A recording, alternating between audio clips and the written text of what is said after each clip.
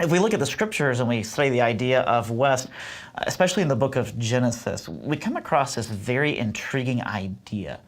For example, the direction of West throughout antiquity, actually, was often seen as the direction of things ending. It was seen as the direction of death. After all, that's where the sun sets.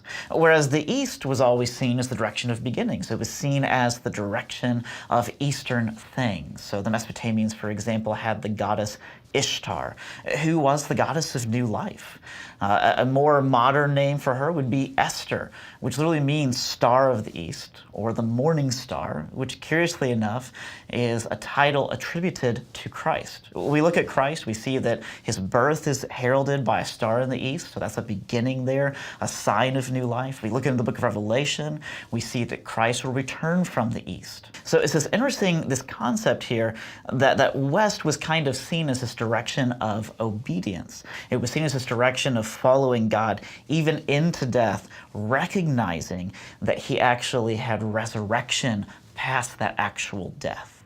So that's an important thing to keep in mind as we talk about what the West actually is. It's not just geography. It's not like you listen to this and you suddenly think of East as evil.